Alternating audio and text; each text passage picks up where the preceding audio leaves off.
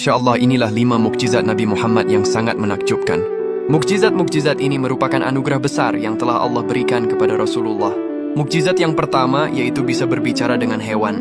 Nabi Muhammad dahulu memiliki kemampuan untuk berkomunikasi dengan hewan, yang merupakan tanda keistimewaan dan mukjizatnya.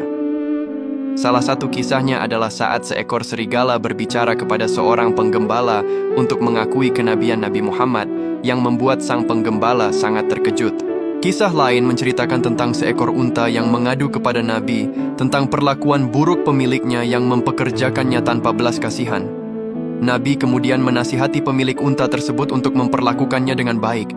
Peristiwa-peristiwa ini menunjukkan bagaimana seluruh makhluk Allah termasuk hewan mengakui kebesaran dan kenabian Rasulullah SAW.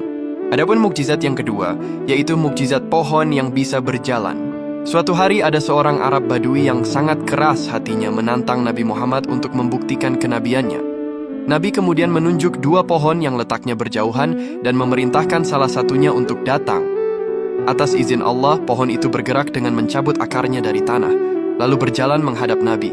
Setelah sampai, pohon itu mengucapkan salam kepada beliau. Kemudian atas perintah Nabi, ia kembali ke tempatnya semula.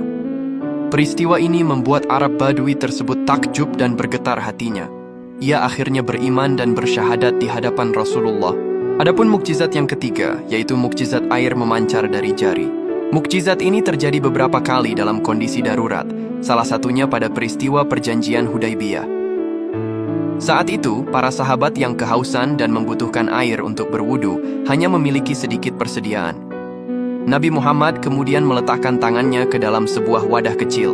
Dengan kuasa Allah, air memancar deras dari sela-sela jari jemarinya. Air yang sedikit itu mencukupi kebutuhan seluruh pasukan yang berjumlah ratusan orang, bahkan masih tersisa setelah semua orang berwudu dan minum.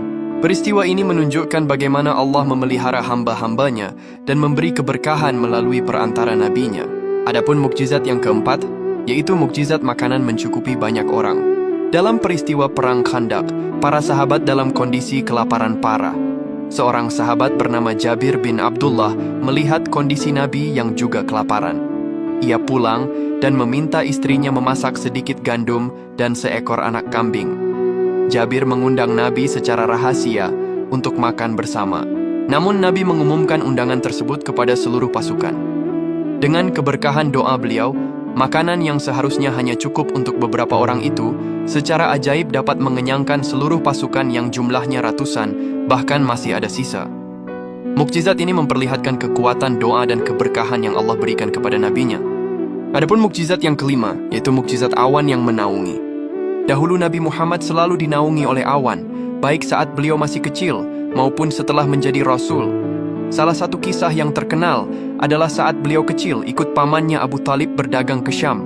Seorang pendeta bernama Buhaira melihat tanda-tanda kenabian pada diri Nabi Muhammad kecil, termasuk awan yang selalu menaunginya dari terik matahari.